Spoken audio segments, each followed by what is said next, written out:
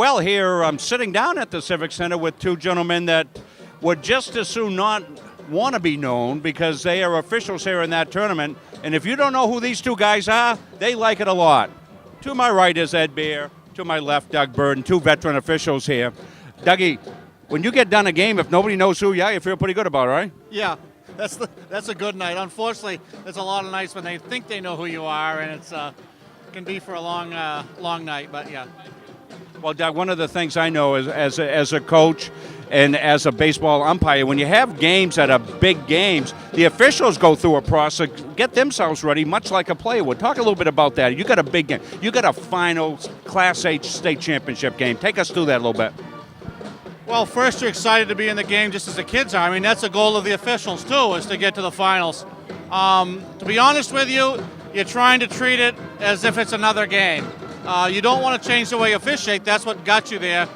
And, again, you want the kids to be able to perform the way they had to perform, but they still got to play by the rules.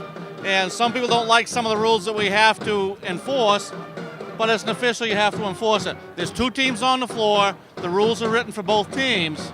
And you can't, if you disregard a rule for one team, what's that do for the other team? And that's the big crux that fans in quote-unquote big games don't understand as far as officiating is concerned.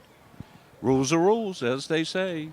Hey, Ed, we want to talk a little bit about this award that you guys are going to be giving out this year. Hold that up a little bit for the camera. This is a nice thing that you guys have taken on this year and named after two outstanding ambassadors of the game of basketball. Yeah, a couple years ago when the Eastern A's came down here to Augusta, our board, the Central Maine Board of officials, wanted to honor the player in each of the boys and girls division with a leadership award. Not a most valuable player, but a leadership award. That person that kind of would help their teammates get the most out of their own potential and keep the team up throughout the game, throughout the tournament, no matter how good or bad it was going.